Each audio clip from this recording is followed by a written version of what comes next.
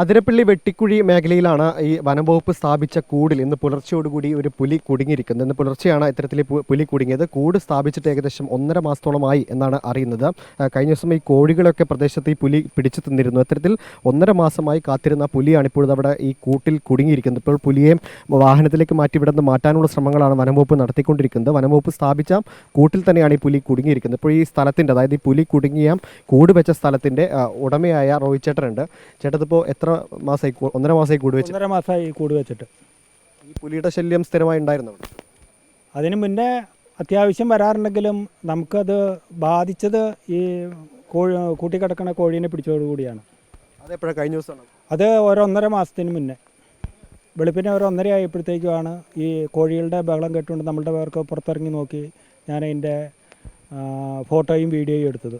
അന്നേരമാണ് ഫോറസ്റ്റുകാരോട് പറഞ്ഞതിൻ്റെ അടിസ്ഥാനത്തിൽ അന്ന് വൈകിട്ട് തന്നെ ഇവിടെ കൂട് കൊണ്ടുവന്ന് സ്ഥാപിച്ചെങ്കിലും ഈ പറഞ്ഞ പോലെ തന്നെ അന്ന് കയറിയ പുലിയല്ല ഇന്നിപ്പോൾ ഈ ഫോറസ്റ്റുകാരുടെ കൂട്ടിൽ വീണിരിക്കുന്നത്. അതായത് അന്ന് കോഴികളെ പിടിച്ച പുലിയല്ല? അല്ല അല്ല അല്ല. കാരണം ചേട്ടൻ കണ്ടാൽ അറിയോ? കണ്ടറിയാം. ഞാൻ തന്നെയാണ് അതിൻ്റെ വീഡിയോ എടുത്തതും ഫോട്ടോ എടുത്തതും ഇന്നിപ്പോൾ ഇത് ചെയ്തിരിക്കുന്നതും. എനിക്ക് കൃത്യമായിട്ട് അറിയാം ആ പുലിയല്ല അത്. അതിൻ്റെ ഇടയ്ക്ക് കോട്ടാമല, പണ്ടാരംപാറ, ചിക്കളായി, വെട്ടിക്കുഴി ഭാഗങ്ങളിൽ പല പ്രാവശ്യം പുലിയുടെ സാന്നിധ്യം ഉണ്ടായിട്ടുണ്ട്. പട്ടീനെ പിടിച്ച് തിന്നിട്ടുമുണ്ട്.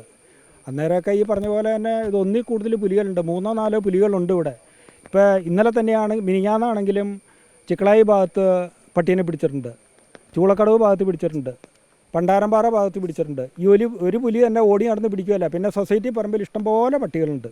അതുകൂടാണ്ട് മ്ലാവ്, മാൻ, ഈ പറഞ്ഞ സാധനങ്ങളെല്ലാം ഉണ്ട്. അപ്പോൾ ഇതൊന്നും കിട്ടാണ്ട് വരുമ്പോഴാണ് ഈ സാധാരണ വീടുകളിലുള്ള കൂട്ടിലേക്ക് ഈ സാധനം വരിക. അപ്പോൾ എന്തുമാത്രം പുലികളുണ്ടെന്ന് നിങ്ങൾ തന്നെ ഒന്ന് ചിന്തിച്ചാൽ മതി.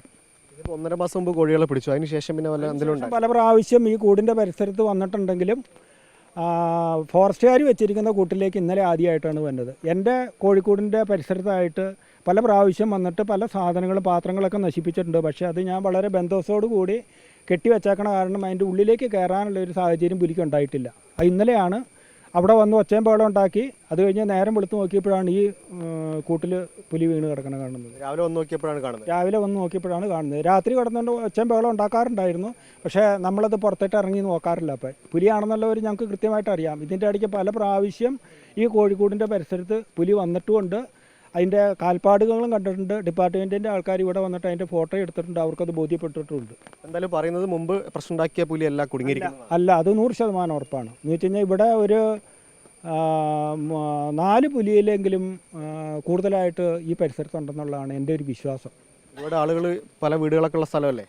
പല വീട് എന്ന് വെച്ചാൽ ഇത് ജനവാസ മേഖലയാണ്. ഇപ്പോൾ ഇവിടെ തന്നെയാണെങ്കിൽ നമ്മൾ മറ്റേ കൃഷി ആസ്പദമാക്കിയിട്ടാണ് ജീവിക്കുന്നത്.